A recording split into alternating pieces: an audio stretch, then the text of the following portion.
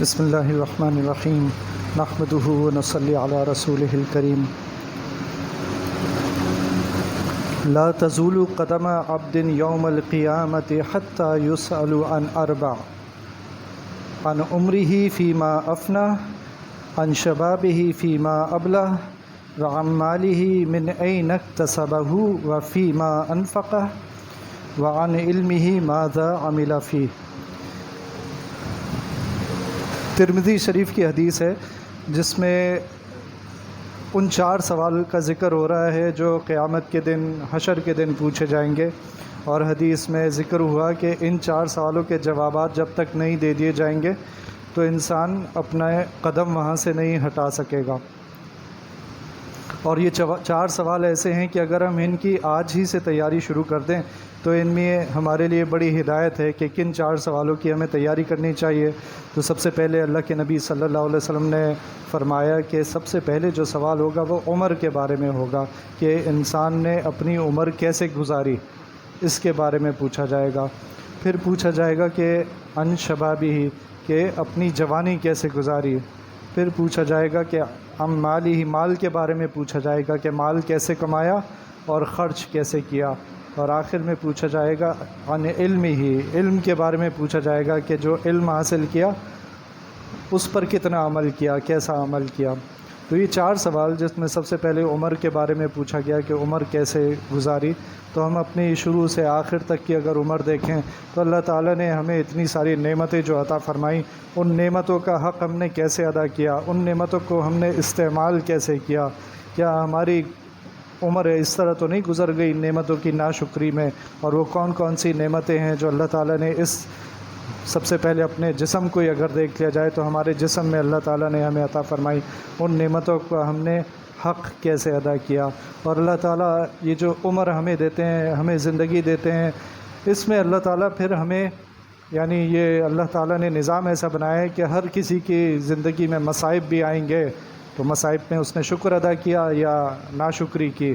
ہر انسان کی زندگی میں گناہ کے مواقع بھی آئیں گے، جب گناہ کا موقع آیا تو انسان نے کیا کیا، کیا گناہ کر لیا یا گناہ سے اپنے آپ کو روک لیا۔ نیکی کا بھی موقع ہے، ہر انسان کی زندگی میں ایسے موقع آتے ہیں، گناہ کے بھی اور نیکی کے بھی۔ تو جب نیکی کا موقع آیا تو اس نے اس موقع کو ضائع کر دیا یا اس نیکی کے موقع پر لبیک کہا اور فوراً اس نیکی کی طرف بڑھ گیا۔ مثلا نماز کا وقت آیا، 5 وقت اللہ تعالیٰ نے بلایا، اذان ہوئی، اور کان بھی اللہ تعالیٰ نے دیے تھے، کانوں سے سن بھی رہا تھا، اور پھر سارے توفیقات بھی دی تھیں۔ اللہ تعالیٰ نے حالات کو بھی موافق کر دیا تھا کہ پانی دیا تھا کہ وضو کر سکتا تھا، ٹانگیں دی تھیں کہ چل کے جا سکتا تھا، مسجد دی تھی کہ مسجد کے اندر حاضر ہو سکتا تھا، لیکن جہاں حاضر ہونا چاہیے تھا وہاں حاضر نہ ہوا، اور جہاں نہیں حاضر ہونا چاہیے تھا وہاں پہ حاضر ہو گیا۔ تو اس طرح اس نے اگر اپنی اسی طرح نیکیوں کو ضائع کرنے میں اور گناہوں کے موقع پر گناہ کرنے میں اپنی زندگی ضائع کر دی، اپنی آنکھوں سے بد نظری کی، اپنی زبان سے جھوٹ بولا، غیبت کی، دھوکہ دیا، وعدہ خلافی کی، اسی طرح اپنے کانوں سے غیبت سنتا رہا، اپنے کانوں سے موسیقی سنتا رہا، ایسی آوازیں سنتا رہا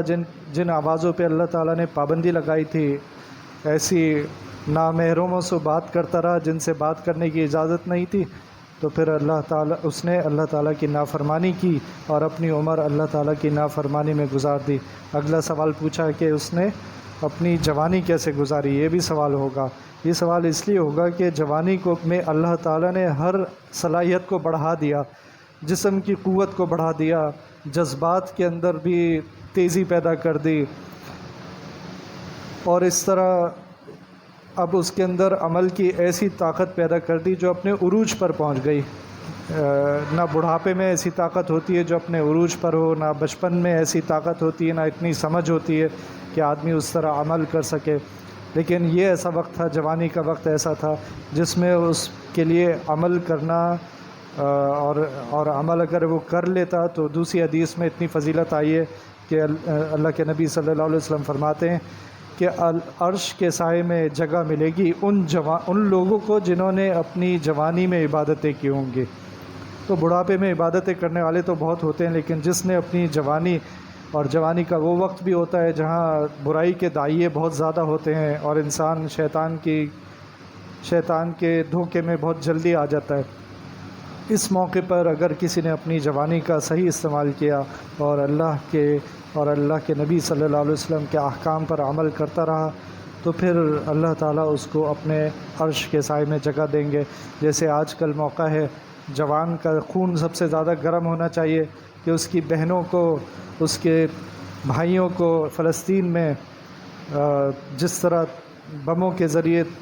گھروں کو تباہ کیا جا رہا ہے اور بچوں بڑوں سب کو شہید کیا جا رہا ہے، تو سب سے پہلے جوان کا خون گرم ہونا چاہیے اور اس کے اندر جہاد کا جذبہ پیدا ہونا چاہیے۔ اس کا مطلب یہ نہیں ہے باقیوں کے اندر جہاد کا جذبہ پیدا نہ ہو، لیکن سب سے زیادہ کیونکہ وہ جسمانی طور پہ بھی مضبوط ہے اور اللہ تعالیٰ نے خون بھی گرم دیا ہوا ہے اس وقت، اس کے اندر جہاد کا جذبہ پیدا ہونا چاہیے۔ لیکن اگر ایسے موقع پر کرکٹ کا ورلڈ کپ ہو رہا ہے اور ساری توجہ اس طرف ہے اور راتوں کو کرکٹ کھیلی جا رہی ہے اور دوستوں کے ساتھ وقت گزارا جا رہا ہے، تو پھر وہ جو اللہ کے نبی صلی اللہ علیہ وسلم نے فرمایا تھا کہ پوری امت ایک جسم کی طرح ہے اور جسم کے کسی بھی حصے میں درد ہوگا تو پورا جسم اس سے بے چین ہو جائے گا، اور ایسا نہیں ہو سکتا کہ شدید درد ہو رہا ہے جسم کے کسی حصے میں اور باقی جسم آرام سے سو رہا ہے۔ ہاں، اس صورت میں ہو سکتا ہے کہ ڈاکٹر سن کرنے کا انجیکشن لگا دے تو پھر وہ جسم نہ تو اس عضو کو محسوس ہوگا نہ پورے جسم کو محسوس ہوگا۔ تو کیا ہمارے ساتھ ایسا تو نہیں ہو گیا کہ ہم دیکھ رہے ہیں کیا کچھ ہو رہا ہے مسلمانوں کے ساتھ، لیکن ہمارے دل پہ تھوڑا سا درد محسوس نہیں ہو رہا؟ کہیں ہمارا دل سن تو نہیں ہو گیا؟ دنیا کی آسائشوں میں اور دنیا کی لذات میں ہمارا دل اور ہمارا جسم سن تو نہیں ہو گیا؟ تو یہ دوسرا سوال تھا۔ تیسرا سوال مال کے بارے میں ہوگا کہ مال کیسے حاصل کیا اور مال کیسے خرچ کیا۔ تو اب مال کے بارے میں سب سے پہلے تو فرائض کے بارے میں پوچھا جائے گا، اور مال میں جو فرض آتا ہے سب سے پہلے وہ زکوٰۃ کا فرض آتا ہے، زکوٰۃ ادا کی یا نہیں کی۔ اسی طرح جب مال آدمی کے پاس ہو اور اس کے پاس باقی استطاعت بھی ہو تو پھر اس کے اوپر حج فرض ہو جاتا ہے، اور اگر مال اتنا نہیں ہے تو پھر حج فرض نہیں ہے۔ اب مال آ گیا لیکن حج نہیں کر رہے اور مختلف بہانے بنا رہے ہیں، ذرا یہ کام ہو جائے، ذرا وہ کام ہو جائے، ذرا بیٹیوں کی شادیاں ہو جائیں۔ بھئی اللہ تعالیٰ نے حج اس وقت فرض کر دیا جب آپ کے پاس مال آ گیا اور آپ کے پاس باقی جو شرائط ہیں وہ پوری کر سکتے ہیں۔ آپ ان شرائط میں بیٹیوں کی شادی یا اس قسم کے بہانے نہیں چلیں گے۔ آپ کے اوپر حج فرض ہو گیا تو فوراً حج کرنا ضروری ہے، ورنہ گناہ گار ہوں گے۔ تو یہ مال جو ہے ہمارے لیے فتنہ ہے اور ہمارے لیے آزمائش ہے، اور اسی طرح آزمائش ہوتی ہے کہ اگر اللہ تعالیٰ نے، اب مال میں صرف یہ نہیں کہ آپ کے بینک اکاؤنٹ میں کتنے پیسے ہیں، بلکہ اللہ تعالیٰ نے مال کے ذریعے جتنی نعمتیں دی ہیں، مثلا گاڑی دی ہے، موٹر سائیکل دی ہے، یا جو بھی آپ کو اللہ تعالیٰ نے دیا ہے وہ آپ کس طرح استعمال کر رہے ہیں، اس کا سب حساب ہوگا کہ یہ گاڑی جو اللہ تعالیٰ نے دی تھی یہ کیا ناجائز کاموں میں استعمال تو نہیں ہو رہی، یا یہ موٹر سائیکل جو دی تھی یا جو بھی کچھ مال اللہ تعالیٰ نے دیا تھا کہیں ناجائز کاموں میں استعمال تو نہیں ہو رہا۔ تو اللہ تعالیٰ اس بارے میں پوچھیں گے۔ اسی طرح اس مال کو حاصل کس طرح کیا تھا، 2 نمبری سے تو حاصل نہیں کیا، جھوٹ بول کر، دھوکہ دے کر، کسی کی زمین پہ قبضہ کر اس طرح تو مال حاصل نہیں کیا۔ ان سب سوالوں کے جوابات دینے ہوں گے۔ اور اسی طرح آج کل کے دور میں مال حاصل کرنے کے ایسے ذرائع آ گئے کہ لوگوں کو پتہ ہی نہیں ہے اور ان میں مشغول ہیں اور بنا رہے ہیں مال، اور سمجھانے کی کوشش کی جائے تو سمجھ بھی نہیں رہے، جیسے ڈراپ شپنگ ہو گئی یا وہ گوگل پہ کلکس کرنے سے مال بن رہا ہے۔ علماء سمجھا رہے ہیں کہ یہ جائز نہیں ہے، یہ طریقہ جائز نہیں ہے۔ اللہ تعالیٰ نے ایک سنت رکھی ہے مال کمانے کی کہ اس میں محنت ہوتی ہے اور محنت کے بعد ایک تھوڑا منافع ملتا ہے۔ ایسا نہیں ہوتا کہ راتوں رات آپ کروڑ پتی بن جائیں۔ تو منافع ہوتا ہے اتنا کہ اللہ تعالیٰ آپ کی ضروریات پوری کرتے ہیں۔ اور یہ جو نئے طریقے آ گئے ہیں منافع کمانے کے، اللہ تعالیٰ دارالفتاء سے جا کے پوچھیں، وہ فتویٰ دیں گے کہ یہ جائز نہیں ہے یہ طریقہ مال کمانے کا، لیکن گھروں پر بیٹھے لوگ اور عورتیں اس طریقے سے مال کما رہے ہیں۔ بھئی اس دن احساس ہوگا جب اللہ تعالیٰ ہلنے کی اجازت نہیں دیں گے اپنی جگہ سے۔ بتاؤ یہ مال کیسے حاصل کیا تھا، اس کا جواب دو۔ تو یہ تیسرا سوال تھا، اور آخری سوال ہے علم کے بارے میں کہ علم جو حاصل کیا تھا اس پر عمل کیا یا نہیں کیا۔ ماذا عمل فیہ، تو مثلا یہ کہ نماز پڑھنی تو آتی ہے لیکن پڑھتے نہیں، تو اصل چیز تو نماز پڑھنا تھا،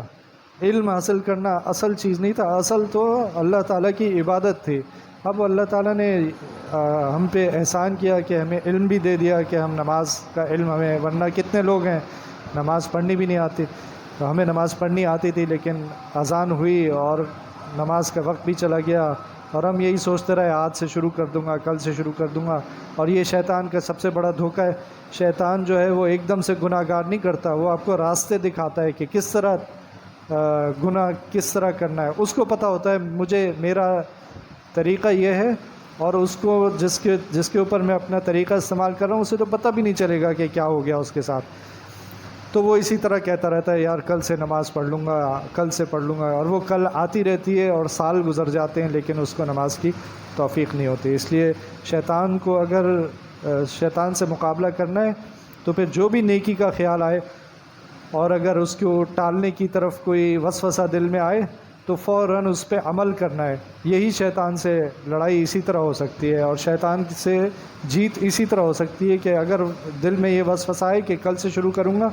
تو نہیں، جو فجر قضا کی تھی سب سے پہلے وہ فوراً ہی پڑھ لوں، اگر قضا ہو گئی ہے تو فوراً ہی پڑھ لوں، اور ظہر کا بھی جب وقت آئے گا تو فوراً ہی پڑھوں۔ اور مسجد میں جب پڑھی جاتی ہے نماز تو پھر، اور اس کی عادت بن جائے تو پھر نماز چھوٹتی نہیں ہے۔ اور علماء فرماتے ہیں، بہت سے علماء کے نزدیک تو مسجد میں نماز واجب ہے، گھر پہ نماز پڑھنی جائز ہی نہیں ہے بہت سے علماء کے نزدیک، کیونکہ قرآن شریف میں اللہ سبحانہ وتعالیٰ نے وَرْكَعُوا مَعَ الرَّاكِعِينَ فرمایا ہے کہ رکوع کرو رکوع کرنے والوں کے ساتھ، اور رکوع کرنے والے گھر پہ تو اس طرح نہیں ہوتے، ظاہر مساجد میں ہی ہوتے ہیں۔ تو اب علم تو ہمیں تھا کہ یہ کام کرنا ہے، وضو کرنا ہے، اس کا ہمیں علم تھا کہ وضو کیسے کرنا ہے، لیکن چونکہ نماز ہی نہیں پڑھی تو وضو بھی نہیں کیا۔ ہمیں نماز کے اوقات کا علم تھا کہ فجر کس وقت ہے اور کون سی نماز کس وقت ہے، تو یہ علم تو تھا، لیکن جب وقت آیا تو نماز نہیں پڑھی، وہ وقت گزر گیا۔ اب یہ سارا علم جو ہمیں معلوم ہے کہ جھوٹ نہیں بولنا تھا، غیبت نہیں کرنی تھی، وقت ضائع نہیں کرنا تھا، دوسروں کے حقوق پورے کرنے تھے، اپنی آنکھوں سے بد نظری نہیں کرنی تھی، کسی سے قرض لیا تھا اس کا قرض واپس کرنا تھا، کسی کی امانت تھی اس کی امانت واپس کرنی تھی، یہ سارا علم تو ہمارے پاس تھا لیکن اس پر عمل نہیں کیا۔ تو اس علم کا بھی سوال ہوگا کہ یہ علم بھی اللہ تعالیٰ نے ہی دیا تھا، تو یہ علم جب آ گیا تھا پھر کیوں اس پہ عمل نہیں کیا؟ ان چاروں سوالوں کا جواب دینا ہوگا، اور یہ بہت خطرے کی بات ہے اگر ہم اس کی تیاری نہیں کر رہے اور ہم نے اپنی عمر کے بارے میں سوچا نہیں کہ میں نے عمر کیسے گزاری، جوانی اگر گزر گئی تو چلیں اب وقت ہے کہ اللہ تعالیٰ سے توبہ کر لیں، اور مال جس طرح بھی خرچ کیا اگر کسی کے حقوق ادا نہیں کیے ہیں تو وہ حقوق ادا کریں۔ میراث کے بارے میں بہت ساری غلطیاں ہوتی ہیں لوگوں سے کہ جو بھی مر گیا اس کی میراث فوراً تقسیم ہونی چاہیے تھی کیونکہ اللہ تعالیٰ کا حکم ہے، لیکن میراث تقسیم نہیں ہوتی، اس کے 30 سال بعد 20 سال بعد پھر جھگڑے شروع ہوتے ہیں آپس میں کہ یہ میرا تھا، یہ اس میں ہمارا حصہ بھی ہونا چاہیے، ہمارا حصہ بھی۔ تو یہ بھی مال کے بارے میں ایک سوال ہوگا میراث کے حوالے سے، اور بہت زیادہ اس میں غلطیاں پائی جاتی ہیں۔ اللہ تعالیٰ ہم سب کو دین پر عمل کرنے کی توفیق عطا فرمائے۔ اللہ تعالیٰ ہم سب کو خصوصاً فلسطین کے حوالے سے جو کچھ ہم کر سکتے ہیں ہمیں کرنے کی توفیق عطا فرمائے۔ جو دعائیں کر سکتے ہیں تو دعائیں کریں، دعاؤں کی بہت ضرورت ہے۔ مال سے مدد کر سکتے ہیں مال سے مدد کریں، اور جس طرح بھی مدد ہو سکتی ہے مدد کریں۔ اور دعاؤں میں نے پچھلے ہفتے بھی ذکر کیا تھا کہ ایک دعا ہے وہ سب اپنی نمازوں میں ضرور کریں، وہ دعا بھی ضرور یاد رکھیں۔ اللہ تعالیٰ ہم سب پر رحم فرمائے، اللہ تعالیٰ فلسطین کے مسلمانوں پر خصوصاً رحم فرمائے۔ انت مولانا فانصرنا علی القوم الکافرین، انت مولانا فانصرنا علی القوم الکافرین، انت مولانا فانصرنا علی القوم الکافرین۔ ربنا تقبل منا انك انت السميع العليم وتب علينا انك انت التواب الرحيم، وصلى الله تعالى على خير خلقه محمد وعلى آله واصحابه اجمعين، آمين يا رب العالمين۔